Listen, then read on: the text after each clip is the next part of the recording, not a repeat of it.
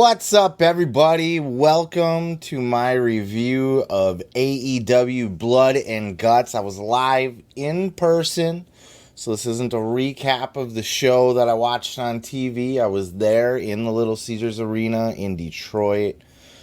I'm gonna try to just kind of go right from, the beginning up through the end and try to avoid spoilers for Rampage, but I might jump around a little bit here, so just relax, sit back, hang in there with me. I'm just going to kind of walk you through. I drove to Detroit earlier in the day and got some pizza at some little hole-in-the-wall place. It was like a breakfast pizza. It had cheese and sauce and everything, but it was had like fried eggs on top of it and bacon and ham, and it was fucking phenomenal. I went with a buddy and he had tried it there before and really loved it. So that was the start of my day. I got to see a little bit of Detroit. Haven't been there in a while. Honestly, Detroit's always kind of just been a giant shithole, but it looks like they're making strides to improve a little bit. I'm not saying that they've turned around and that it's a great city again necessarily, but you can tell that they're putting some work into the city. They're trying to upgrade things and clean things up a little bit, and it's a little bit more artsy than it used to be. So that was kind of cool to see. So it was a good experience just being in Detroit. It was a beautiful day. It wasn't hot and sweaty for a summer day. Us fat kids melt out in the heat, so I was worried it was going to be miserable all day. Beautiful day to be out and about. Beautiful day for a show. Not too hot, not too cold. We got to the arena, parked across the street, and then just kind of walked across the street to wait in line. Somebody came up and tried to sell me a little American flag pin. And then I told him, I don't have cash on me or anything. And he's just like, well, what about that bracelet? And I got a couple bracelets on my wrist and a watch on the other wrist. So I started to put that in my pocket. It's like, no, I kind of like my bracelet. He's like, why not? Why not? He's trying to hustle me. And he's just like, oh, your Captain America hat. He's like, ain't that old? He's just fucking with me. So it was a little creepy, but I gave him a little fist bump ski, and he moved along and hustled other people. So got yelled at by some storekeeper because we were lined up around the front of his store. So he kind of came over. He's like, hey, I know you guys are in line, but can you get the fuck out of my way? He didn't say it like that, but that's what he meant. I imagine it in my brain. He came out with the broom and just kind of shoot everybody with his broom.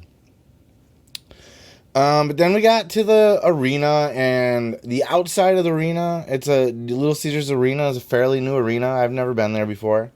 It had this nice little courtyard outside with a big screen, and just the outside of the building looked pretty cool going in.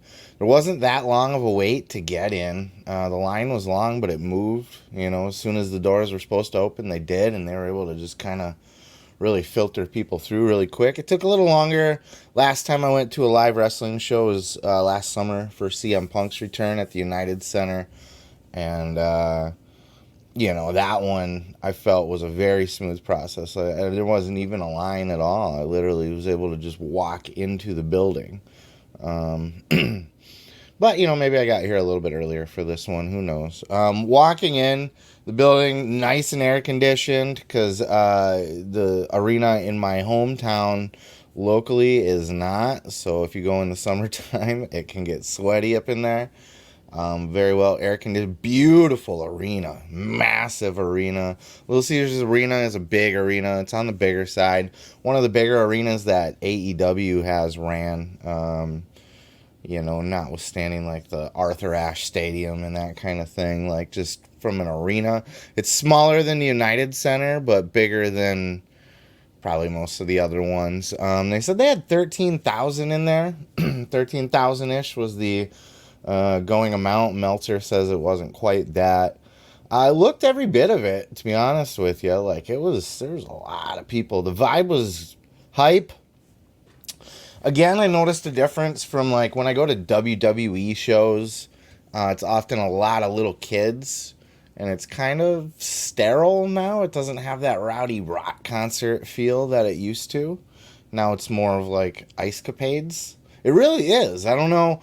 Maybe some of you that have gone to like a WrestleMania where it's all the rabid, crazy fans, or even a pay-per-view show or whatever. But if you just go to like your local hometown fucking wrestling show on like a Monday or a Friday or even like a house show, it's a lot of kids and it's a lot of just you're going. It's like it's similar to when like I would take my kids to like see monster trucks and stuff like that. That's what WWE felt like.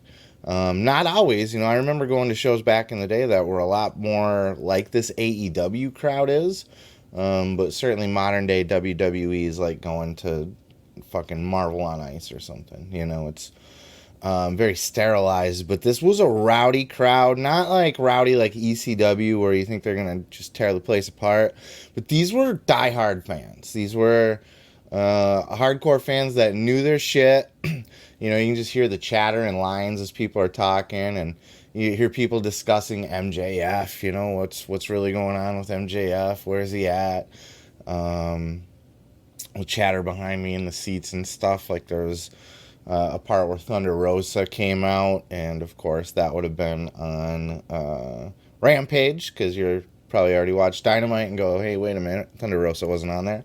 But when she came out, the crowd was like, went nuts for her. I'm jumping ahead, of course, but just to finish my point, there's people behind me that are like, oh, I heard that she's difficult to work with or whatever. It's like, it just seemed like a very smart crowd, and they were there for it. This wasn't like, oh, I guess I'm going to go see. These people were like, fuck yeah, AEW, let's go. Let's fucking go. Right? A little Tony Khan energy. So we got in, we took our seats, and the wait wasn't that long. Like, they said the doors would be at 6, and the doors were at 6. They said the show would start at 7, and I pull up my phone. It was maybe 7:05 that the first Dark Elevation match was actually hitting. So, I mean, they were right on it. The crowd was still filling in, so if you watch, like, the YouTube Darks, you'll see, like, it's very spotty. They start that show right at 7, and theoretically, if they open the doors at 6, show starts at 7. Theoretically, the arena should be full, but it's not. There's a lot of latecomers, and I was paying close attention to that. I was sitting up in the, kind of in the top, not the tippity top, but like the, in between the tippity top in the middle, and it was a perfect view. We had like front row, so we were like, there was nobody in front of us that we had to like, their fat heads weren't in our way or anything like that. And then there was a significant drop off. We were right at a ledge with like a glass railing. And we were sitting damn near right across from the entranceway. Like, if you shoot to the other side of the arena, so we had almost, we were basically in the middle, a little offset to the left. It was a perfect view. The only thing I couldn't see is like the speaker stacks from like the big screens that hang from the beginning, the top of the arena. The big screen and the speaker stacks did kind of block my view of the stage a little bit. So like when Tony Schiavone was out there doing an interview with Christian, for example, I couldn't see Christian. And they didn't put it up on the big screen either. So that was kind of a complaint. And furthermore, on the complaints, I'll just get these out of the way, I guess. Because like I said, I'm going to be all over the place a little bit, I'm going to try to go in order, but as things come to me, I'm just going to say it. So there was, at least for where I was sitting, it didn't appear to be a problem anywhere else in the building because people were reacting to the promo and stuff. But from where I was sitting, the speakers just sounded muffled. So it sounded like listening to Charlie Brown's parents talk. I heard Christian, but it was wah, wah, wah, wah, wah, wah, wah, and then the crowd would go, boo. I was like, oh, he must have said something about Jungle Boy's dad again. So I didn't get to hear any of that, but that was minor, because I think that was the only real promo. They had a couple pre-tapes on the screen. Young Bucks announcing a match that would happen later that night on Rampage with a couple of Japanese guys. And, so the show started. They ran through the dark matches. The dark matches, they move quick. I don't know if you've been to an AEW show live before, but they kind of they do him. Roberts gets in there. He warms up the crowd a little bit. He's a very good MC. I said this in my CM Punk review too, and I'm gonna double down on it here because I don't see this as much at a WWE show where the ring announcer is just kind of there to announce the information. Justin Roberts is very much like a host. He's an MC. How are you guys doing tonight? Oh, hey, it's this person's birthday out in the crowd. Everybody say happy birthday. Like, he's very engaging with the crowd. He's tremendous. He's a great guy. I couldn't hear a goddamn word he said, but he was interacting with the crowd the entire night, like in between matches and stuff like that. He was always very good at letting us know when we're going to be going live on TV. Okay, count it down. So we can all get hyped and stuff like that. He's great, as always. But they'll have the jobber come down, no entrance or anything. They just kind of sneak their way along the side of the ramp. They don't even come down the ramp. They're like, just sneak their way to the ring like the tech crew or something. And then the squash matches, they just, whoever comes out wrestles their match against the jobber, and then they beat the jobber, and then as soon as they get it out of the ring, and the music stops, they got the next, Roberts is ready to go with the very next match. Like, there's no wait time. So they were pounding those out. Honestly, don't even remember what I saw on the dark match. Trying to remember now, and I'm just completely blanking on it. So it wasn't important, So there's that, at least. Nothing significant or important happened on the dark matches.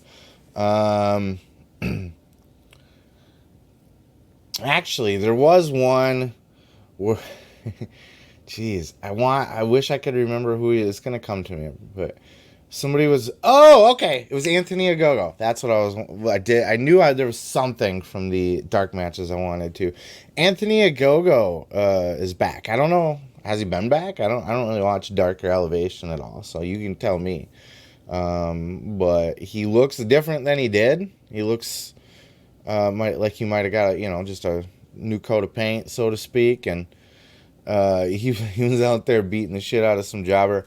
And at first the crowd reacted to Anthony a little bit. They were like, oh, okay, good to see this guy. And then they started cheering for the jobber. There was a legit, let's go jobber, clap, clap, clap, clap, clap, let's go jobber. And I think when that happened, I think Ogogo was probably going to go for his finish sooner, but I think they improvised, because right as that chant was happening, there was Ogogo had him in a hold or something, and he let the jobber kind of break his way out and give a little fight back, but he was quickly cut off again, and I don't think we got the full appreciation of that. It would have been nice. I felt like the crowd was waiting for this guy to like hit the ropes and bust out a few clotheslines and maybe have like a 2 count just to like, and then a go-go could have just murdered him. But I think maybe that's maybe they were on a time crunch, because I know AEW is not like, their matches aren't scripted strictly, so it's not like do this. But unless they were on a major time crunch and they were just worried about that, maybe it was just that Ogogo's still green. But I think that would have been a perfect spot to improvise a little shine spot for the baby face, a little comeback ski for the jobber. Just a little bit. Like I said, they did a little bit. They let him break out of the hold, but he was quickly cut off again, like almost immediately. So I felt like the crowd was kind of swelling for it, and then it was like they teased it, but they didn't fully give it to us. And I think all we would have needed was this jobber to like come back, break out of the hold, hit the ropes, hit a couple clotheslines or something, go for a pin, drop kick, something like that, something flashy, and then get cut off. And I think the crowd would have got a good pop out of that. But that was the only thing, and that was amusing. The crowd, by the way, I guess we can just get into this now. The crowd was hot. I have not watched Dynamite back yet on, the TV taping, so I don't know.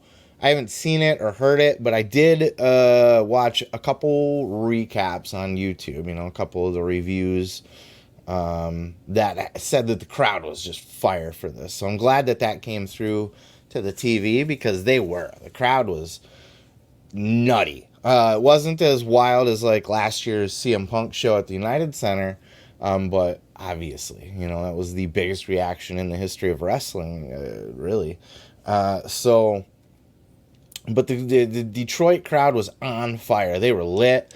They were ready for it since we were in line. Nobody was bored. Nobody was sitting on their hands. Nobody was half-assing anything. The crowd, even late into the night. I mean, Rampage went all the way up to midnight, and then Tony Khan comes out. I'll address all of that later. But I mean, the crowd stayed for it the whole night, and you could tell that they were losing their energy. And there is an exact match that I'll get to that happened at. But they gave it their damnedest. They were there all night for it. Nothing shit the bed with the crowd. Everybody just had a great time. It seemed everybody was having fun the whole time. Everybody was fire. Everybody was reacting to everything. The chants were funny as hell. Like the "Let's Go Jobber" chant. I do not believe I've ever. I can't even recall ever hearing that to begin with. I'm sure it's happened, if not on TV at an indie show somewhere or something. But just the crowd had a lot of really smart, witty chants like that throughout the night. And even like and I didn't even remember this, and I shame myself, admonish me for this. I shame myself for not even remembering that Claudio and Jake Hager were a tag team. So when they had the face to face even my buddy who went with me, who's not even as big of a wrestling fan as me, remembered the Real Americans tag team, and the crowd the crowd popped huge for it, and I didn't get it at first. And then when my buddy told me, and then right after he told me, that's when like the "We the People" chant came out, and it just. The crowd was on it, man. The crowd was lit all night long. It was not a legit sellout. If I had to put a percentage on it, I'd say it was 85-90% full. It wasn't. So the way the arena is set up, like the very, very top ring, was full. Other than like on the hard camera, not the side, not where the hard camera's facing, but the side of the hard camera where all the tech people sit and work from and stuff. That side that they never show on camera. The very top ring was tarped off. It was only that side. So if you're looking, even though the arena's a circle, if you think of it as four sides of the ring, so to speak, that side, just the very top ring, was tarped off. So that was not intended for any. And then in the middle, there's a middle ring that looks like those are like VIPs, like suite boxes or something. All of them have their own little like room, like a little kitchen with like a fridge and a bar and that kind of thing. And then they have like tables that they can view. None of those were sold. I don't know if those seats were just not available because those are, like they weren't like the skybox, because those were up at the tippy top, but they were certainly some sort of VIP thing. And I've been to a lot of arenas. This is a beautiful arena. This is a very, very nice arena. And you would expect, I guess, because it's freshly made. But it's just so well built and clean and designed, and just everything was just beautiful about it. And I've seen a lot of those arenas that have those boxes, but they're just a couple. This one had it all the way around. So there was probably, there had to be at least 20 of them, if not more, 30, So none of those were sold. And then the only other part there was a strip right up the middle. So like when you're looking out into the middle of the crowd and you see, just fans, and then you see the stair sets, there's usually stairs that go up each side, and there's the middle row, like dead center of the ring. The middle row on, again, the side that you can't see on the hard camera where all the tech crew are, that entire middle row going up was completely empty. So there was a good slab of seats that weren't there. But in totality, and they wouldn't have shown that on camera, so you wouldn't have seen that. But in totality, it was a big arena, and everybody, if you told me there were 13,000 people there, I would totally believe it, And it was just a great crowd, a rowdy crowd, a fun crowd, an excited crowd, a smart crowd. they were happy to be at an AEW show. There's intangibles, before I get to the show itself, I like to build the aesthetic and stuff. AEW has some intangibles that WWE doesn't. I talked earlier about WWE shows feel different than, like, you feel like you're going to a rock concert in a way to an AEW show compared to like a monster truck show, or a Disney on Ice show with WWE. There's different vibes to it. And like I said, I'm sure that's different for pay-per-views. I'm sure WWE does get really rowdy, hot crowds sometimes. But this was just fun and refreshing. And it's one of those intangibles where, people criticize AEW. They don't have anywhere near the ratings that WWE. WWE sitting around 2 million. AEW's been struggling to top 1 million lately, but the people that love AEW because they were there for it. And not only were they there for it, but like I said, so I got a buddy who's kind of a casual fan. That's who I went with, more of an older school fan. So he was doing a lot of, who's that guy? Who's that guy? Who's that guy? You know what I mean? And like, just listening to just not only the reactions of the crowd, the pops that were going on, but like listening just to conversations happening all around me in the crowd. Everybody knew who everybody was. This was a smart crowd that was there for AEW the whole time. They cheered for everybody that they were supposed to cheer for. They booed everybody that they were supposed to boo for. The show kicked off live. The fireworks, the pyro show was a nice welcome because the WWE hasn't been doing that lately. And it was a cool pyro show, Started off with the Orange Cassidy versus, did he wrestle? Was it Ethan Page on this one? Yeah, it was Ethan Page. So Orange Cassidy, Ethan Page, and Cassidy, man. People criticize him like your Cornettes and shit, and your Cornette followers, the cult of Cornette, if you will. People, pockets, he's so fake and phony and blah, blah, blah. He gives sport a bad name. If you listen to, like, Meltzer and stuff, the reason why Tony Khan pushes him so much is because he's a giant draw for AEW. Both, across the board, when you're looking at the minute by minutes of the ratings, when you're looking at merch sales, all of that. Orange Cassidy was over as fuck out there. The crowd went insane for Cassidy. And not only that, but this match was an incredible match. This was a very fun, very cool match. A lot of good spots. There was, and I'll tell you this, and this speaks to the quality of Orange Cassidy, if nothing else does. The crowd reacted. He kept building up this power slam the whole match. He was doing this gimmick, like, oh, I'm going to get him over my head and slam him down. He did that at least twice, I think, and he attempted it and he couldn't get it, and he attempted it and he couldn't get it. And then whatever the sequence was, he had the orange punch and stuff like that. And then he got that fucking slam in and the crowd ate that shit up. How many wrestlers can get over a power slam? CM Punk's been able to do it. He does the power slam thing too, and he looks at the crowd and smiles, and they want another one. So he's been able to do it. I firmly believe at this point, when you look at the Rock's people's elbow and shit like that, you can get any move over. Anything. No matter how lame and weak sauce it may be in anybody else's match, if you build it right, whether it's your finisher and it's just part of your shtick, or like the Rock's people's elbow, right? Or in this case, just the way that Orange Cassidy worked this match.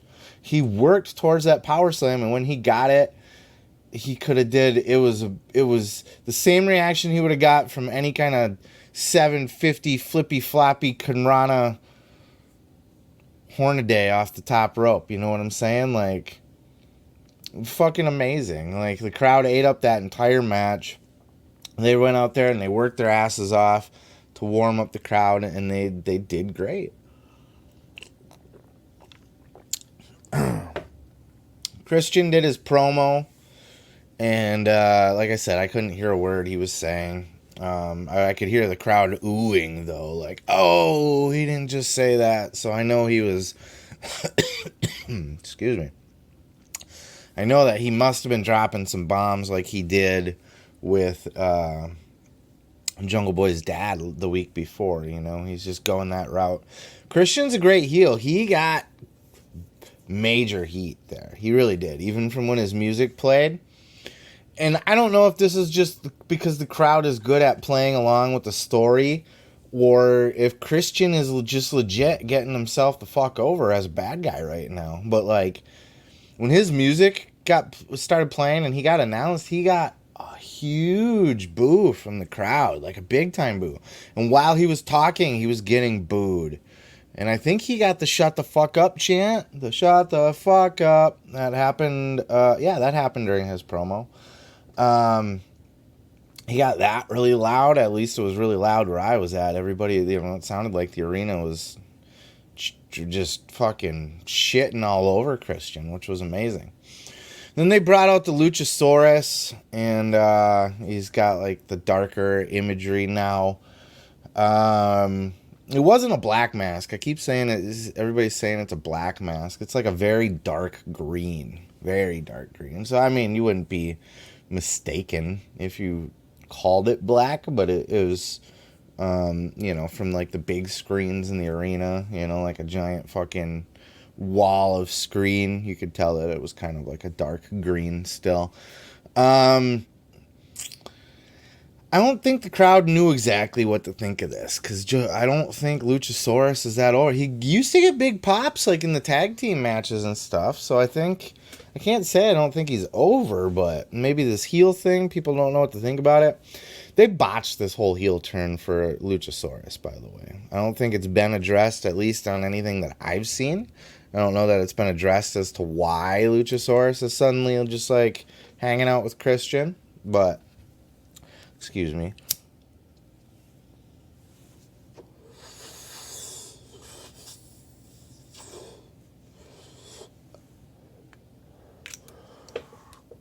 But what I would have done is I love the Christian heel turn. And I love what he's doing. So I can't, in hindsight, like, they're doing good with it, but I don't know if this is just the amateur booking of Tony Khan or just, I don't know. But here's how you should have did this, okay? What you should have did, you should have took, Jungle Boy should have lost the belts. He should have taken a pin. And then at that point, Luchasaurus should have turned on him, not Christian. Maybe Christian could have then came in the ring and been like, hey, what are you doing? What are you doing? Don't do that. And then got that little creepy little bastard smile on his face and and joined in, you know, maybe threw a couple boots to Jungle Boy, and then, like, you know, taking Lucha's side as his manager and maybe like the corrupting force behind corrupting them. And they're still doing that same thing, but they did it in the wrong way. What I would have had Luchasaurus just destroy Jungle Boy. Like, I mean, beat him down to where you got to put him off TV for like a month, right? Beat him down, and then he should have peeled that mask off and dropped it right down next to Jungle Boy. And then the camera could have panned down and caught that view of Jungle Boy, maybe bloodied up, maybe not, but just laying unconscious with the mask laying on the ground next to him. And now a new fully healed Luchasaurus with the mask off as his handsome self that he is, with Christian as his heel corrupting manager. That's how I would have did it. I think that they're essentially going the same direction, though. They just went about it a different way than I would have. But I feel like that would have had more effect. I had always said that because I was kind of bored with the Jurassic Express team to begin with. I like Jungle Boy a lot, but Luchasaurus kind of bores me to tears. So I'd kind of in my own head been pitching for a while, like, yeah, Luchasaurus needs to turn on Jungle Boy. And they could have a good feud, but it needed to be like a blood feud. It needed to be like when Shawn turned on Marty. Of course, it wouldn't have ever had that effect. We're still talking about that today, and they were megastars. But, like, just the emotional effect of, oh, my God. Oh, he did that. Oh, you know, like... Those moments are few and far between in wrestling, and I feel like they were halfway there with the Christian thing, but they didn't quite nail it. But I'm trying to remember. Oh, there was another match. Yes. I'm so glad I didn't forget about this one. Danhausen. I was excited to see Danhausen. Was going to be on the show, like physically on the show. I'm a big Danhausen mark, as most of you I think are. Just from, well before he was in AEW, just from discovering his work on YouTube, basically. He's a fun personality, so I was very excited to see him live and in person. I would have been happy just to see him physically, but to actually get a match with him, especially because he's just now coming off injured, it felt like a treat to get to see Danhausen wrestle. But dude, let me tell you, I don't know what I think I was expecting. I would have expected Hook and then maybe somebody else, But it did pop in my head that it could be FTR just because they weren't booked on the show. But when FTR's music hit, bro, the crowd went insane. They are the fuck over. They are mega over. At least in Detroit, dude, those guys got the pop. Danhausen got a huge pop. FTR got a huger pop. Like, man, the crowd was just, they were all in on that shit, And I was super excited because I'm a mega FTR fan as well. And I would have been disappointed had I not gotten to see FTR in action. It's one of those things, and you do that with WWE too. I think there's a couple guys that have eluded me over the years in WWE. But as a fan that goes to live shows, you kind of, at least for me, I don't necessarily, one, because I can't afford it, but two, like, I don't seek to go to every show that I can anytime it comes around. If I'm able to, I will, but sometimes I miss them and stuff.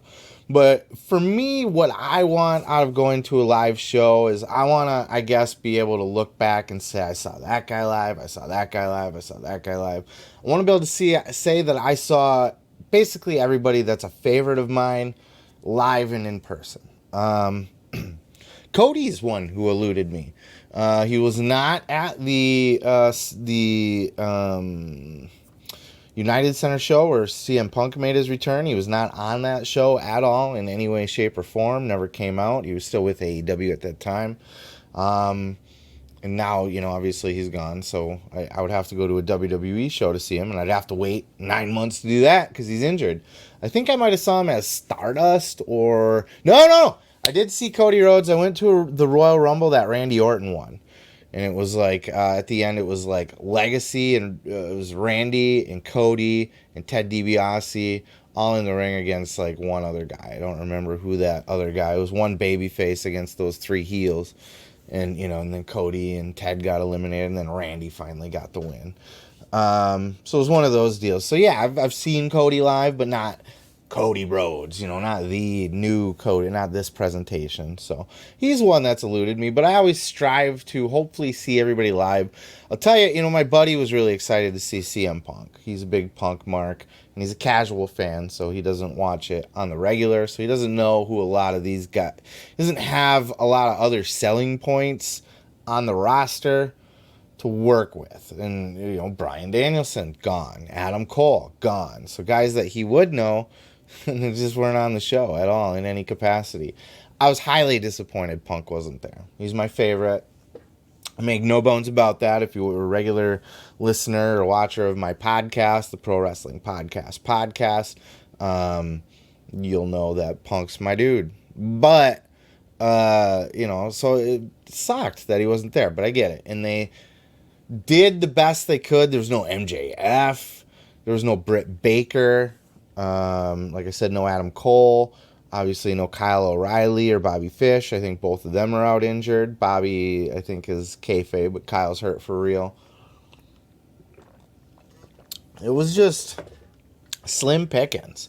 They did on Rampage really make up for the guys that weren't on Dynamite. So I know if you're thinking like, well, yeah, the Blood and Guts match took up an hour of the show, so there wasn't really many people on Dynamite. They certainly made up for that on Rampage, and I will try to address that without spoiling anything, though nobody really cares about Rampage, right? So, yeah, huge pops all around for FTR and Danhausen. Everything they did in the ring, the crowd was just, they were in it the whole time. Nobody got bored. There were no hands, nobody sitting on their hands. There was nobody kind of like, meh, okay, this is meh.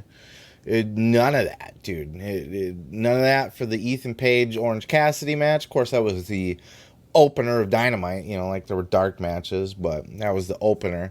And the dark matches don't get that exciting either. You know, they don't have that back and forth. They're usually squash matches with one like main event that's like jobbers that you know versus jobbers that you know. Yeah, it was like Dark Order versus the Family, you know, QT, and it was, who cares, right? So, but yeah, FTR over as fuck in Detroit. Nothing much more I can say about that. Just that the match was hot the whole time. You know, the crowd was there for it. They were there for every hot tag. They were there for the whole situation.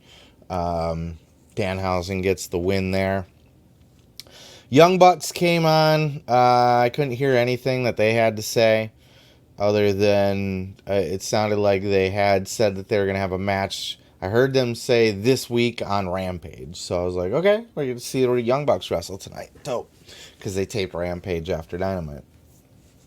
And then they went right into Blood and Guts.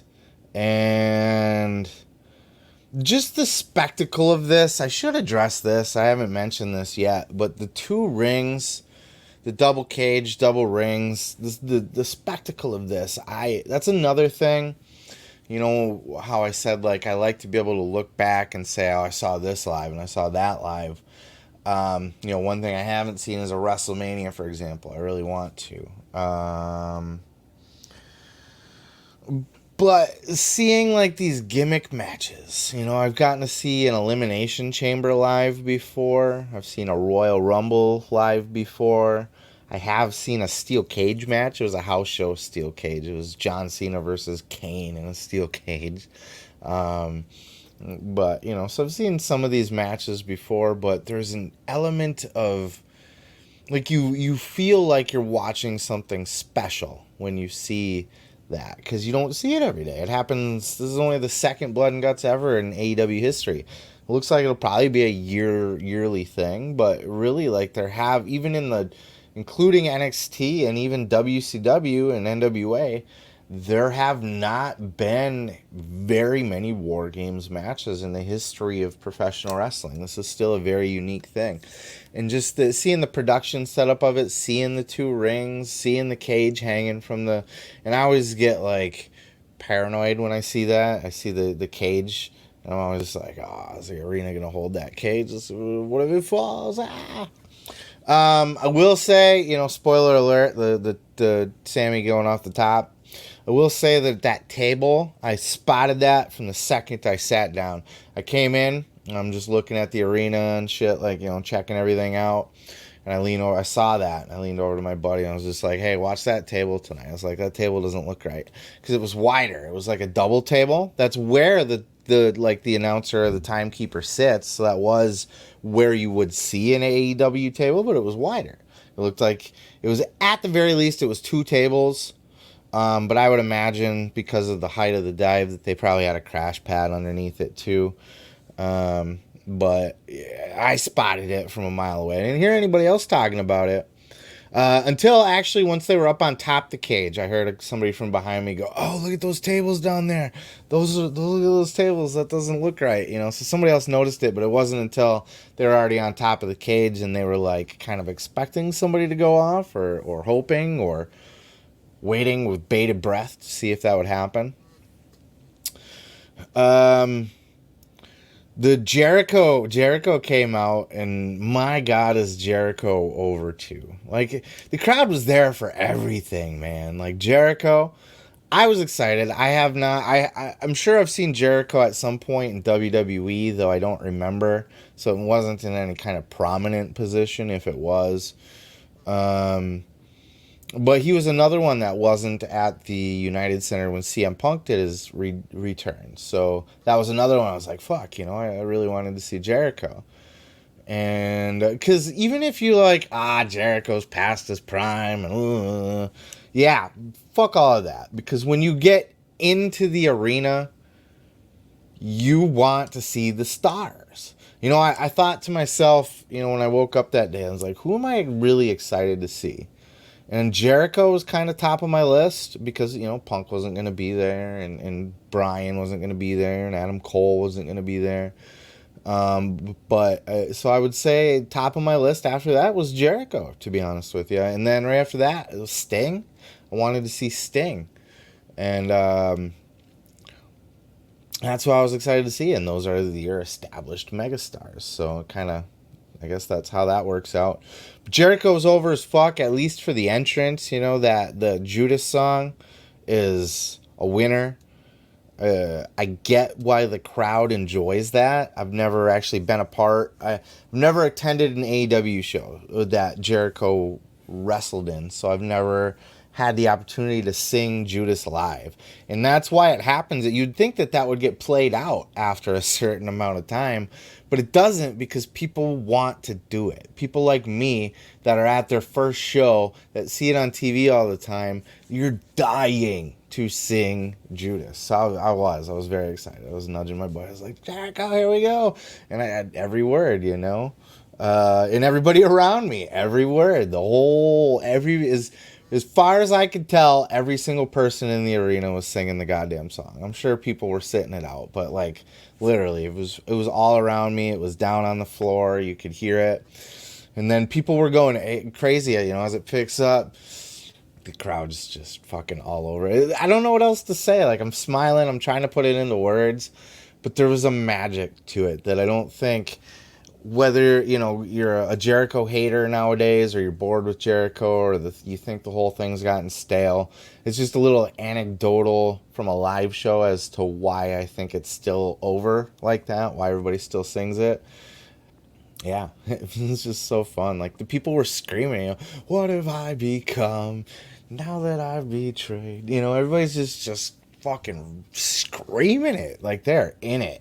They're singing their hearts out like they're in the shower or like in their car or something. It's so fun. And I get why that's a thing. So that was cool. But after that, they were kind of booed. Their outfits were ridiculous. I remember looking at my buddy like, what the fuck are they wearing? He got a laugh out of it, too. He was cracking up. He thought that was good shit. And the suspenders. And red was a strange choice, just because you knew there was going to be blood. Usually you want the blood to stand out. That's not to say you wear white all the time either, but it was just a weird choice for a match that was going to have a lot of blood. Then came the good guys. So... shit, who came out first? I think it was Eddie and Santana and Ortiz, wasn't it? They were the first to come out. And Eddie is another one that was super over. I'm talking, if you want to talk like top reactions of this entire show, right? Just pure like, holy shit, we're here for this guy. It's going to be... well, we'll get to that at the end. We'll save that for the end, because it's going to interrupt the rest of this experience here. But Eddie got a killer reaction. Eddie's over as fuck. He's a star. He's a mega star. People just respect Eddie Kingston. I don't think anybody, even if he's not a favorite of yours, I don't think anybody could say everybody's got respect for Eddie. Let's just put it that way. People respect Eddie Kingston. And it was, the pop was for him because people were chanting Eddie. People love Proud and Powerful too. And, I certainly do. But the reaction was for Eddie, at least from everybody. People were chanting Eddie's name. Me personally, even, like, I was like, oh yeah, Eddie Kingston, fuck yeah. I'd almost like I knew he was gonna be in the match, but he was just like out of mind until his music actually hit, and then I was just like, oh, yes. So it was cool. It was an organic reaction, and the crowd ate him up too. And then Wheeler Yuta came out. Yuta had his fans. That wasn't the biggest reaction of the night, but it was still a big reaction, and he got a lot of chants. There was a lot of people like cheering for Yuta, and we want Yuta, let's go Yuta, like a lot of Yuta stuff going on. But it wasn't like the Eddie Kingston pop, you know. And Jericho didn't get the pop necessarily like when he came out, but the song, he got the song. Everybody was there for the song.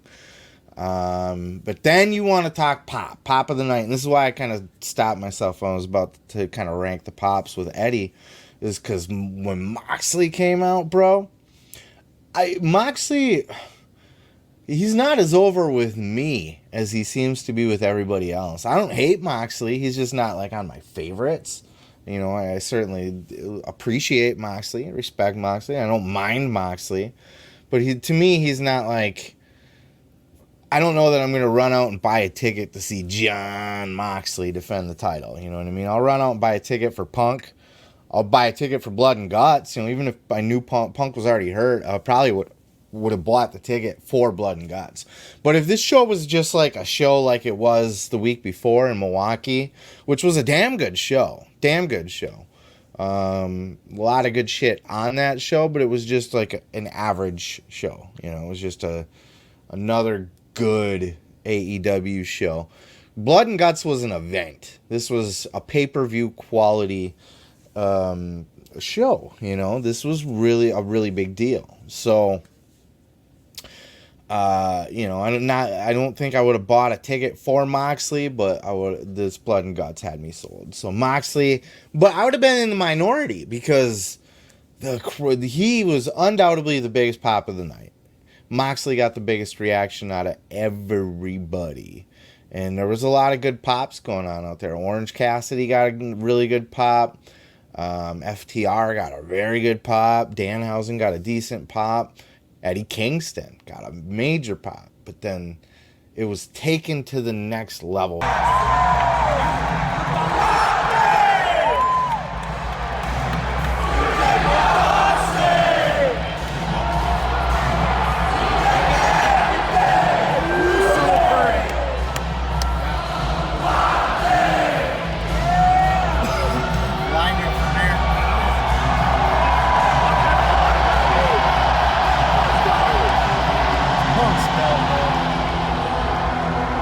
And he just, like, the crowd was just insane for him. And when he was walking around in the crowd and, like, working the crowd, and he was a star. All eyes were on him, even though he's down with the people and, like, blending in. Like, you never lost track of Moxley because he's got that swagger and he carries himself. Plus that belt, that fucking belt will blind your ass from the stands. Up in the fucking cheap seats, looking down, that fucking belt was bling, bling, bling, bling, bling, bling, bling, bling, bling.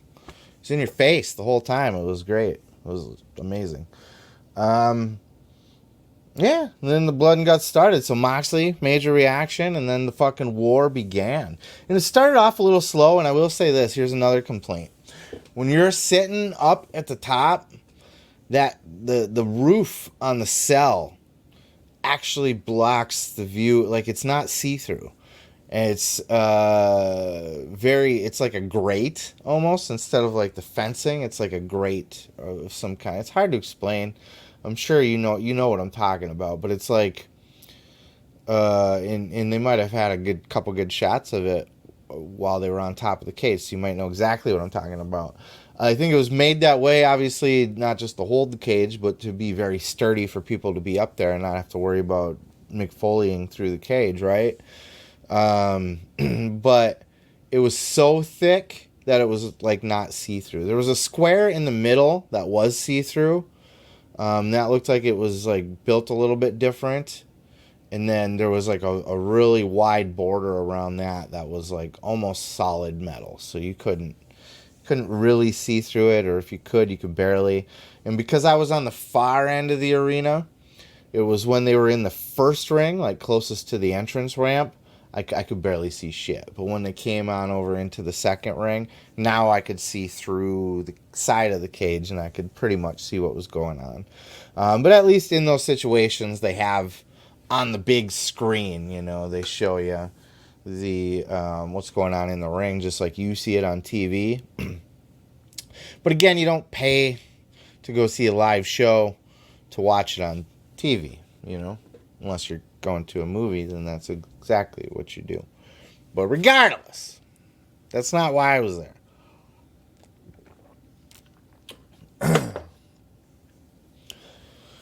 So it started off slow. Sammy kind of did, it was kind of cool when Sammy did the like bounce. He was like a fucking, I don't know, the weird shit he was doing in there. Cesaro got a pretty good pop, I guess. I forgot to mention Cesaro's entrance. He got a very good pop, too. It wasn't Moxley-sized pop, though, even so. Cesaro got a very good pop, but it still wasn't a Moxley pop. Moxley was like, it was just a different level. And I apologize for leaving that out, because I'm sure there's tons of Claudio fans out there that are like, bro, you forgot Claudio. Yeah, I know. I'm sorry. But yeah, he was in there kicking ass, and it just started off slow until a few of the other guys got in there, and then the gimmicks started to come out, right? I don't remember the exact order, but I'm sure Moxley introduced him. He brought in the chair to start with, and then Moxley had his fork. He forked the shit out of Daniel Garcia. That got a good reaction out of my buddy. He's just like, he stabbed him with a fork. Like my buddy like almost kind of cringed on that one. That got him.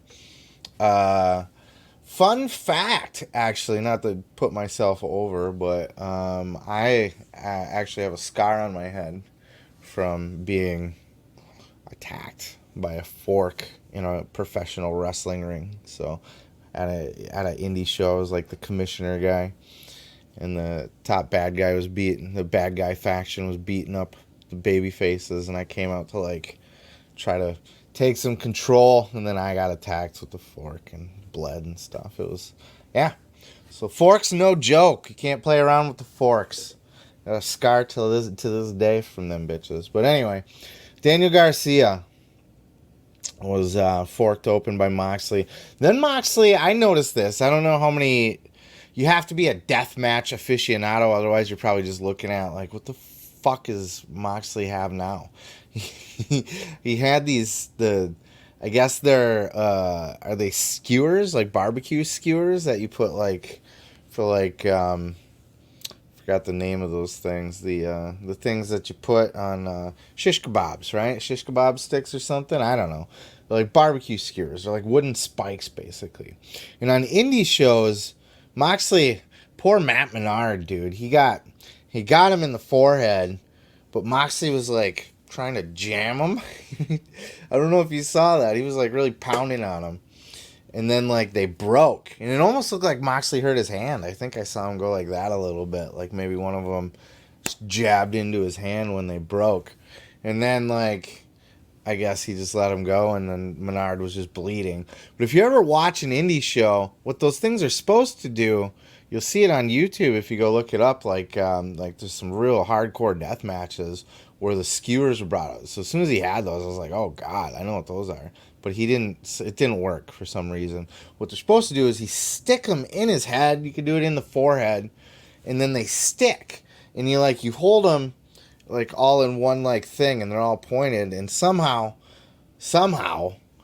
probably by just forcefully inserting multiple spikes into your face and head. But then they're supposed to like poof. They like the points stick in the head, and then they kind of fan out. So you got this like weird like spiky. It can look cool, but it's very brutal. And poor Matt Menard, I think, just props for even attempting to take that, because I don't think I would. Like a fork, sure. A handful, like 10 fucking wooden skewers, it's a bit much for me, I think. Especially because that's why Moxley broke them. He was trying to jam them in, because the idea is to get them in hard enough to where they stick out of the head, and then they have that gross effect Ugh, it was probably worse that they didn't stick. He probably caused more damage, probably splinters in Menard's head and shit. That one was a bit much. Moxley had another set in his back pocket. I don't know if he just put the sticks back in his back pocket or if he had another set, but I saw he had them in his back pocket after that. So, but he never busted them out again. He did, however, bust out some glass. That was another one that got a really sick reaction from the crowd. Everybody thought it was thumbtacks. You did too, watching TV, right? You know, the bag, and you're like, oh, here comes the thumbtacks. You know, I said to my buddy, yeah, it's the thumbtacks. And it was like, oh, nope, broken glass. That was another one that people were really cringing about that one. Not in a bad way. It's just like, it went that extra mile to like, oh, ooh, ew, oh, ouch. It was just a couple pieces of glass. I've heard some people on some of the reviews that I've listened to on YouTube already that were like, the glass is a step too far. And maybe so. There were just a couple little pieces, and certainly like the pile driver on them, for example. That's not going to hurt anybody. And then when Moxley took it, this really made the crowd cringe. It made me cringe. I was like, this is too much. He took the glass, and he was like gigging people basically with it. I don't know that he was actually, ever made any contact or anything like that, but just the idea of Moxley's a sick fuck. He's a sick fuck. That's that GCW shit. That's that Nick Gage type shit. You know what I mean? But that was a brutal one that really got the crowd kind of gasping and almost a step too far. Not in like a bad too far. It's just that was the one that really got them. I guess Santana got hurt somewhere in here. That I did not see. I am hearing that he got injured in the match, something with a knee buckling. I didn't get to see any of that at all from where I was.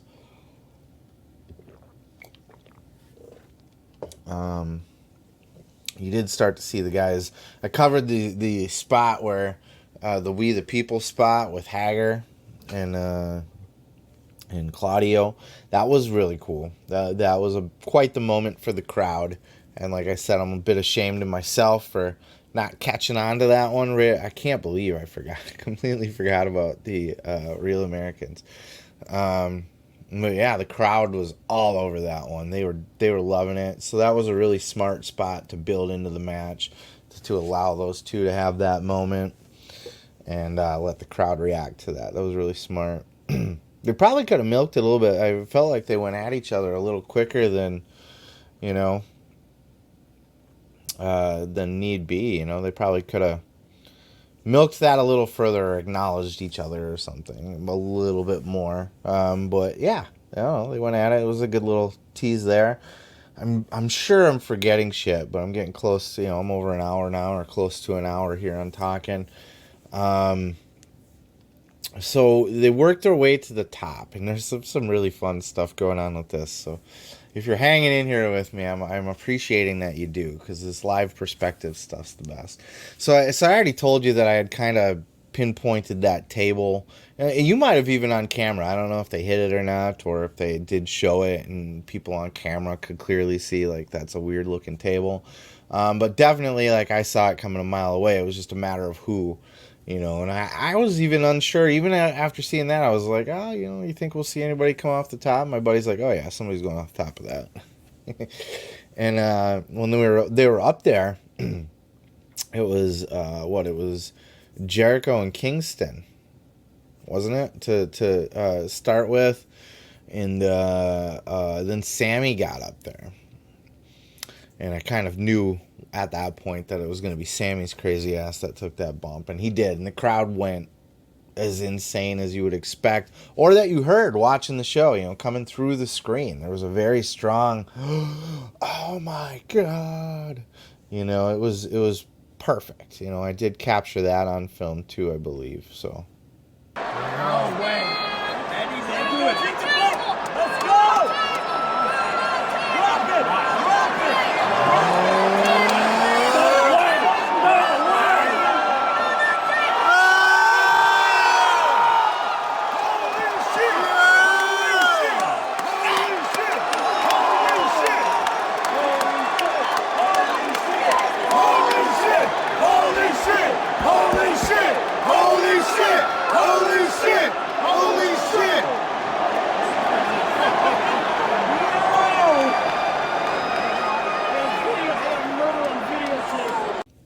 Yeah, the crowd, it was so cool to see that kind of bump, and that's the spectacle of the blood and guts. Not only all the violence, the hardcore deathmatch type stuff, but also just the crazy bump. Not to say somebody needs to come off the top of the cage in every single match, but I appreciated being able to see it. And there's another thing, is like, oh, why do these guys take all these crazy bumps all the time? And what's the need to always feel the need to do that? The need is that these guys are entertainers and performers, and they want that reaction from the crowd that we gave them. And when Sammy came off the top, he got the exact reaction that made him go, I want to come off the top of the cage. And look, you might say, like, why would you do that for just a cheap pop from the crowd? It wasn't a cheap pop. I don't think falling off the cage is a cheap pop. I think that's well earned, even though, it's a gimmick for sure. But we as a crowd appreciated seeing that. It's really the only way I can put that is like, Sammy put his body on the line to entertain the crowd, but we didn't just go, oh, it was another spot. You do when you're on TV. And I'll admit to that. If I saw this on TV, I'd be like, oh, crazy Sammy doing a bump. But it's different for the live crowd. It just is. When you watch it on TV, it's like, it's real, but it's that separation of reality a little bit, and you're just like, oh yeah, of course somebody's going off the top of the cage, and it's Sammy. Why wouldn't he? They do it all the damn time. Every show is, they put their bodies on the line, they do these stupid bumps. But just sitting, like, that was probably the craziest, like, live action bump I've ever seen in real life. The only time I've ever seen somebody do like a big stunt like that. And the crowd, like, we appreciate Sammy for doing that. You know what I mean? Like, the crowd really respected that. They were gasping, they were oh my godding, they were buzzing about it long after. So it wasn't just this spot that happened on TV. It was like, it affects you when you see it happen in real life. So I think that's why, that reaction that they get from the crowd when they do that, it's different than what the nerds on the internet that listen to Jim Cornette and think everybody that doesn't do a headlock, drop down, tackle, takeover, fucking whatever the fuck, toe hold, twist is a spot monkey. And they can be to a certain extent, but I think just put yourself in the shoes of somebody attending a show live and how much you would appreciate that, and how much, like, if you were to watch a Blood and Guts live and somebody didn't come off the top of the cage and you were there, you're like, man, that would have been cool if somebody came off the top of the cage, right? Like, you would, so it's like, you gotta give the people what they want. Tony Schiavone got a good little pop a couple times too, by the way. So then that happened, and then, geez, what else happened? Cesaro Claudio went up to the top of the cage, and then Matt Menard found his way up there, and then they did, like, the double submission thing. And I guess the story that they were telling on TV was that Claudio and Eddie were trying to outdo each other because they don't like each other. That didn't play off to the arena. Like, all you saw was, like, the double submissions going on, and I was just kind of surprised to see the tap out, but here's where some of the fun stuff comes. They did the thing where everybody came up on top of the cage after to celebrate. And no. Nope. I'm going to go back. Because there was a spot that freaked me the fuck out. Oh my God. So people were cringing over the glass, right? People were cringing over the bump off the top. No. Claudio's crazy fucking ass. This man is insane. He's insane. There was a spot where he started running towards somebody up there. I think it was Jericho, but he just full dash. And Claudio is a big beast of a man, right? He's probably the tallest guy in that match. Maybe not, because Hager. But, he's a big guy, strong guy. Intimidating just to see that man running at you at full speed. But on top of the cage, like, I felt like I had anxiety for the people up there. Like, not just because I am afraid of heights, but, like, seeing that man rush at me, like, I would immediately, like, feel like I'm going to get speared off of the cage. Like one of the old WWE games where you could... Remember, the cage was always gimmick, so you go through it or through the side, but I always used to, like, spear people off of the cage or, like, something crazy like that. But, and then when he did the giant swing, this is what got me. He did the big swing on Jericho, and he was nowhere near the center of the cage. As a matter of fact, from my perspective, if as they were going around, Jericho's, like, head and hands were probably over the edge of the cage.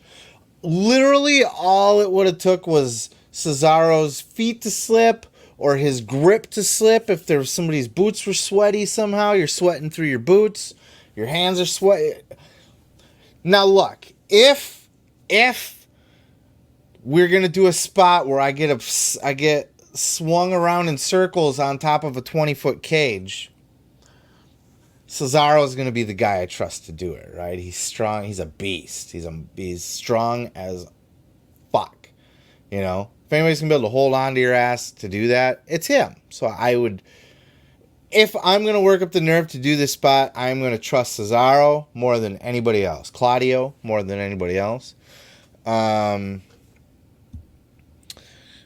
But that had me. That's where I was, like, cringing. That's where I was literally like, this is too much. That's too much. I was yelling. I was like, that's too much. You're too close to the edge. Knock it off. Stop that. It's freaking out, dude. It was that made me panic. Like, big time panic. That was the one time I was really scared for somebody. But I guess like I said, I just kind of put trust that Claudio is strong enough to handle it. But I was worried for Jericho, for sure. And not only that, but there was... You see guys running around, especially like Claudio was running. The other guys were being very gingerly up there, you know, with how they were moving around. But what I was going to get at, Moxley went up there. You could physically see... I don't know if you saw it on camera, but Moxley's... This motherfucker's scared of heights. I don't know if he's ever said that, but you can see it. And him trying to go up, he was shaking his ass off the whole time to go up to the top. And then even after, like when they were doing the celebrations, he was the very last guy to leave, and he took forever to leave. You know, it was probably well off of air by then. But Moxley was up there. He spent a lot of time just sitting up there. And he started taking off his boots. And I didn't understand what was going on there. And my buddy told me he's probably got thumbtacks stuck in his boots from all the bajillion of thumbtacks I don't even remember talking about. Somehow we missed... there was like, 3-4 bags of thumbtacks, not just one. So they covered the whole ring in thumbtacks, basically. But they were in the guy's boots. And it was in, I think, Jericho. I saw him playing with his boots or plucking things out, too, a little bit. Because that's dangerous. You're up there walking around. Now you don't have the grip and the texture of your boot, the soles of your boots anymore. And now you just got these rounded metal tacks. And that's dangerous for running around, walking around up on a fucking 20-foot. If it wasn't 20 feet, it looked every bit 20 feet. It was high. AEW's cages are very high. And that was a very tall cage. And Moxley was just scared shitless. It was funny. Everybody else had come down. Everybody else had left. Everybody else was on the ramp, like celebrating, waving to the crowd. Moxley was still up there, and he's like holding onto the wire that like holds the corner of the cage. And you could see him. He's trying to figure out his footing. He's looking down. It was great. Poor Moxley should have never been on top of the cage to begin with. He was the most scared of heights up there. He was the most nervous to get down. And it looks like it's fairly sturdy trussing, like in the corners. It's basically like a ladder. You know, that should be fairly sturdy as long as you got a good grip on everything. But he was holding onto that wire, clutching it, and you could see him shave. It was so funny. It was funny because everything was fine. But that poor Moxley had a rough night in the office that night. He did. He was scared there.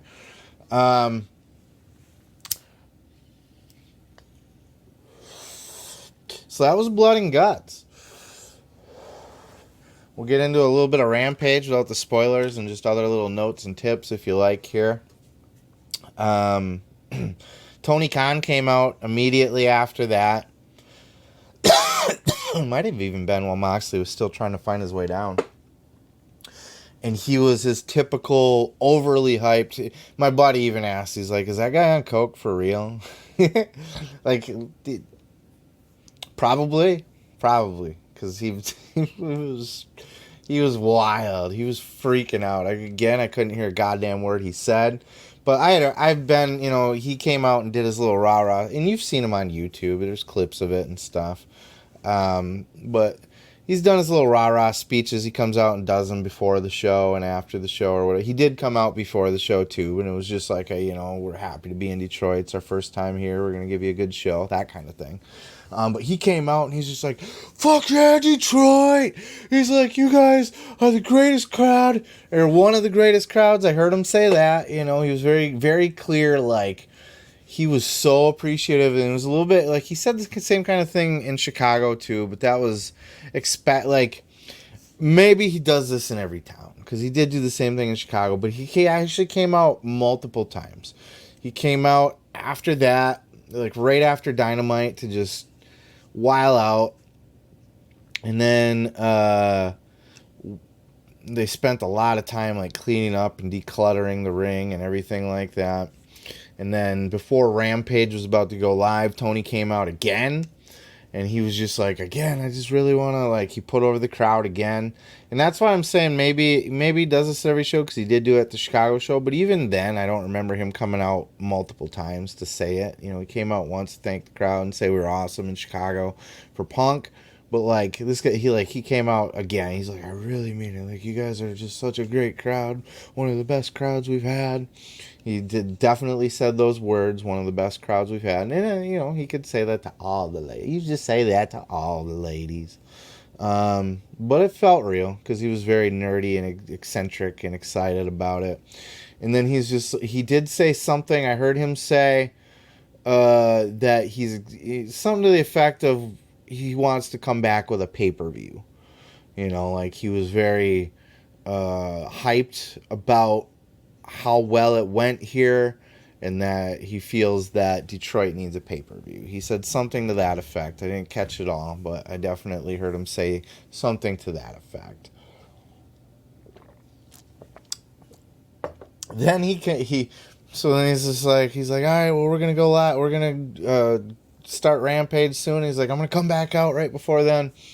So literally 5 minutes later, they're ready to start Rampage, and he comes out again. This would have been the fourth time now that he came out, and this time it was just to hype up Rampage. Let's go, everybody, and getting everybody all hyphy. And then he promised, I actually recommend watching this Rampage, and here's why. He came out and said that because Detroit was such a good crowd, and because he explained he originally had a 6-man tag planned for Rampage or something, and then one of those people got hurt or something like that. So he's like, so what do I do? I thought what I do. So he decided he wanted to do something special that he's never done before, and because they had the 2 rings there, so similar to remember the old 2-ring battle royals? This was before World War III in WCW. Even in the 70s and stuff, they would do 2-ring battle royals. So because they had the 2 rings there, he wanted to do a 20-man Royal Rampage. And it was a Royal Rumble format. And I won't spoil anything, but I do want to tell you a few things here. So you can just shut off now if you don't want to hear anything. But I'm not going to ruin anything for you, but I'm going to hopefully just get you hyped, okay? So, because it was the 2 rings, it was a Royal Rumble format, but instead of starting with 2 guys, they started with 2 guys in each ring. So it started with 4 guys, 2 guys in this ring, 2 guys in that ring, and then every 2 minutes another guy came out. And they loaded this with stars. That was another thing Tony said when he came out. He's like, I'm going to give you all the stars. I'm going to give you all the star power. The only thing he said is that he said that Sting, maybe Sting's going to win it. And but Sting wasn't even in it. I was disappointed. Sting came out because Darby Allin did appear. He was in the Battle Royal, and Sting walked him out just to the ramp, and then he turned around and left. And that was the only Sting we saw the entire night. So I was very disappointed in that. But at least I got to physically see Sting. I got to physically set eyes on Sting because he was at that Chicago show too. Because him and Darby were up in the rafters, but from where I was sitting when Punk returned, I couldn't see them up in the rafters. So all I could see was them on the big screen. So certainly in the same building as them on a show that they were on, but I couldn't physically see them with my eyes. And then I ducked out during the main event of that one, which was Moxley versus Daniel Garcia to beat Traffic, and I missed. They did the after show things that Tony Khan does, where he comes out with a couple of the wrestlers, and apparently Sting was there, so he came out to talk to the crowd, and I missed that shit, and that made me so sad. So I was excited to see Sting, and all I fucking got was him walking Darby to the ring. But Darby was in this thing, just for star power. Hangman Page was in it. God, trying to think of who else might have been in there, but who else was really over? The Acclaimed are really, really hot. I didn't catch Max Caster's rap, but I know he mentioned something about a juggalo, Danhausen being a juggalo, which was funny because ICP, the Insane Clown Posse, their fans are juggalos. They're from Detroit, so it was a Detroit reference too. Plus, if you know me from my show, I wrote a book about the gathering of the Juggalos. So, that was fun to see. They got some good pops there. I'm trying to think of who else might have been in that Battle Royal. They did load it up. There were some pretty good names in there that made me excited. Where I felt I felt like I got to see mostly everybody that I could. Like I said, there was no MJF. There was no Punk, no Bryan Danielson, no Adam Cole, no Britt Baker. Let's see. Ruby Soho made an appearance at some point in the night. Jade Cargill, also very over. She was on Dynamite, wasn't she? I skipped that match. She was on Dynamite. And Jade Cargill, the crowd really likes her. She wasn't amongst the biggest pops of the night, but the crowd really, really likes her. They respect her. You can tell. It wasn't oh, boo, popcorn match. It was oh, yeah, Jade's my bitch. You know what I'm saying? So, that was cool. And I think, was that one? No, Ruby didn't come out during that. I don't know. Thunder Rosa made an appearance at some point. But yeah. The Young Bucks match. The Young Bucks had their match, their tag team match against the 2 Japanese guys. I gotta tell you, I'm not familiar. I am very familiar usually with all the Japanese guys. And there was people behind me that seemed very hyped about the 2 Japanese guys, and I think I've heard one of their names, Hiromi Goto. I'm familiar with his name, but I couldn't pick him out of a lineup, or I couldn't say I was excited, but the people behind me were really, really excited about that. So, but that was the one match. They faced the Young Bucks, and as was announced on Dynamite, so that part's not a spoiler. But that was the one match that was that pulled the crowd down. And I don't think it was their fault, because I was kind of talking to my buddy about that, and he's just like, no, it was a fun match, it was a standard Young Bucks match, everything you would expect to see in a Young Bucks match was in that match, so it was good, and I was happy I got to see the Young Bucks, but it was just, after the Battle Royal, basically a 20-man Royal Rumble in 2 rings is what we got to see, which, that's why I recommend you watch Rampage, for that exact reason. Watch that Battle Royal. After that, you can skip it if you want, but I would watch that, because the Young Bucks match was was decent, but it was like after the Battle Royal and after Blood and Guts, it's just like you can't. How can you just have a normal tag team match now? And then the main event was Nyla Rose versus Toni Storm. By this point, most of the crowd had left. Nobody, like, well over half of the arena had left by the time Nyla Rose and Toni Storm they were like the last match of the night. You could call it the main event. They're the main event of Rampage. And they had a hell of a match. It was just the crowd wasn't there for it anymore. So the crowd might sound dead, or you might see empty seats. That's why everybody just kind of ducked out at that point.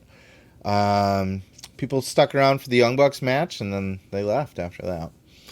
And then, so I'd kind of pitched to my buddy. I was like, all right, so depending on how tired you are, here's what we can do. Because, I didn't care to necessarily stick around for Nyla and Toni Storm either.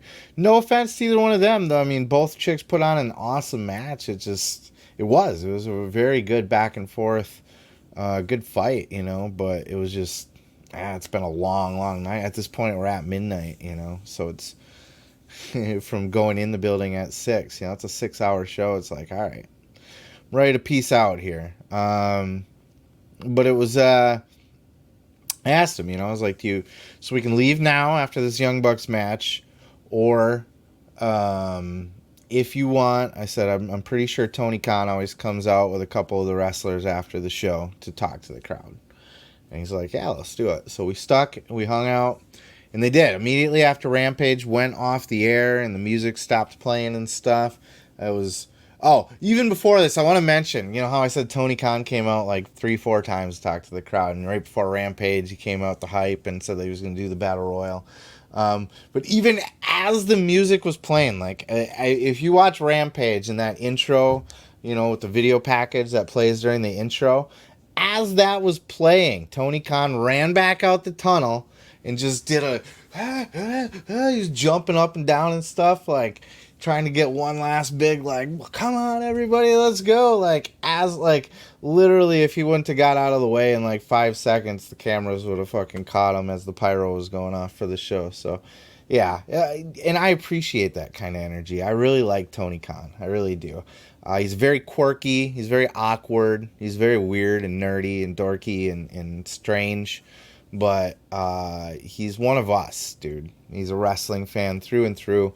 He's living his goddamn dream. And you can be a hater if you like, or you can just acknowledge that he's a weird guy with weird quirks that's new to the business, but respect him nonetheless and appreciate him for who he is.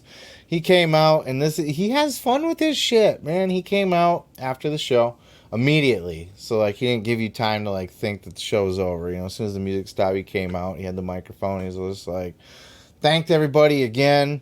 He walked down to the ring, and then he brought out Danhausen was one of the first people. And, I couldn't hear anything he was saying, but it's just a bullshit, like, after party, like, thanks, it's almost like you come back out and do your second, like, curtain call type thing, everybody just kind of comes out and takes a bow and thanks the crowd, or just does a little bit more of a skit or something. So Danhausen came out, then Hook came out, which was dope. The crowd popped that was there, propped for Hook, and Hook just kind of looked around, and he was just like, nodded his head, and he's just like, yeah, it's pretty sweet. And he just kind of fist bumped Danhausen and Tony Khan and turned around and walked back in the tunnel. So it was amusing. It was very in character for Hook to just be like, yeah, okay, cool. All right. See what you guys got going on here. I'm leaving now. Peace. Oh God, who else? Thunder Rosa stayed in there for the end, and Toni Storm stayed in there for the end. And so I totally probably just spoiled the ending for you. I know you were dying to see who was going to win that one anyway, right? I think negative one came out. That little brat was out there a few times. That little snot-nosed punk ass kid. I think that's all. I think that's all who came out to celebrate the end there. And they all just kind of said their piece on the microphone real quick, and then that was it. That was the end of the show. And then we all left. So, just, if I had to just kind of recap it here to sum it up, Moxley, biggest pop of the night by far, like the next level pop. I wouldn't say like Road Warrior, maybe Road Warrior pop. I mean, if that's the highest level, I don't know if he was that level. I'll put it like this. I was there for Punk's return. And that was by far the biggest reaction in the history of professional wrestling. Period. End of story. Don't care. Right? Nothing ever, ever, ever has topped the roar of that. Maybe very few. I know Triple H came back that one year in Madison Square Garden. He got a lot of hype. Moxley was louder than anybody had been the entire night before. Noticeably. So there was Moxley by far. You got to give it to Eddie Kingston. You got to give it to FTR. And, I would say those were the top 3 reactions of the night. Honorable mention to Judas. It didn't, like I said, because it's not a pop per se, but it was certainly everybody in the building was participating to the level that they would be cheering and going apeshit on a normal pop. And they were singing along for the Wild thing. That was part of it too. Maybe that is part of the act, because Jericho gets the hype for Judas. Music is important, and people were singing Wild thing and going it was just wild. Obviously, the craziest spot of the night was was Sammy getting thrown off the top of the cage. Funniest part of the night was just watching Moxley try to figure out how to climb down from the cage. He took his boots off. He sat on top of the cage and was trying to unlace his entire. And if you've ever heard a wrestler say that the boots take a long ass time, it was good that they weren't on any time crunch to film Rampage, to go live with Rampage, right? That they were able to just film it, because Moxley spent considerable time on top of the cage trying to figure out his life and how to get the fuck down. That was it, man. The crowd was hot. Detroit was in it, man. They were in the fucking house. They delivered. That was a wild, wild, wild show. Just as far as the enthusiasm, man, they held it as long as they could hold it. Kind of gave out once the Young Bucks had their match, but by that point we had seen a full Dynamite, Dark, and Dynamite ended with a Blood and Guts. Then we got a fucking 20-man 2-ring Royal Rumble match with big stars. Hobbs was in there, Keith Lee was in it, Ricky Starks was in it. It was a very star-studded, definitely all their top mid-card guys were in there, for sure. Brody King was in there. There was one spot. I'll spoil one spot. You made it all the way to the end of the Battle Royal. You just got to watch this Battle Royal. It's a fun Battle Royal. There was one spot where that Brody King does. An elimination that Brody King does. That's fucking sick, and I've never seen it before. And you have to go out of your way to watch it, even if it's just on YouTube or something. I normally skip Rampage, so but if you get the chance, watch the Battle Royal at the very least. And it was fun. It was a great time. One of the funnest wrestling shows I've been to. I don't think anything will ever beat Punk's return last summer, but when I went to a Royal Rumble at the Joe Louis Arena in Detroit, the year that Randy Orton won that we talked about earlier. I was in Detroit, actually. And I think that might have been a funner show than this, but maybe. And then maybe my first... I remember I went to my very first wrestling show ever was a SmackDown / ECW taping, and it was the go-home SmackDown before WrestleMania 23. So, Stone Cold came out as a surprise and did the stunner on JBL. JBL was gonna, outdrink him or something, and Austin just stunnered his ass. That was dope. But, let's get this coffee on the way. But I would rank this up very highly. I don't know, maybe top 3's probably fair. If not, fourth. I mean, this was a very, very good show to attend. I highly recommend, if you have the chance to go to an AEW show, it's a fucking blast, dude. Their production quality, other than just me not being able to hear the sound from where I was sitting, their production quality is as on par as WWE's is. Like, when you go there, it looks like a WWE show production-wise. You know, the whole set, the cameras, everything. It's indistinguishable, other than, like, the names on the banners, AEW, from a WWE show. So you're not going to feel like you're going to some second rate. Even my buddy, you know, like I said, he was kind of a casual fan. Even he was just like... you know, until I saw this with my own eyes, I still kind of thought of AEW as an indie fed. Even though he knows they're on TV, and even though he sees them on TV in arenas and stuff, like, he was impressed that they were in Little Caesars Arena, because he's a Red Wings fan and shit, you know? So he's like, this is big time.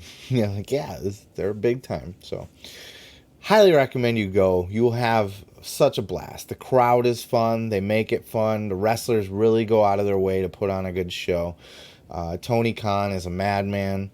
And he will come out and show that side of himself to you multiple times, maybe. Just a great time. So we're at about an hour and a half. Jesus Christ. Thank you if you did listen all the way to the end. I very much appreciate you listening to my live in-person review of Blood and Guts. If you like that, please like, follow, and subscribe at Seth Grimes Media. Peace, love, and pizza. Check out my pro wrestling podcast. And we'll catch you on the next side. Peace.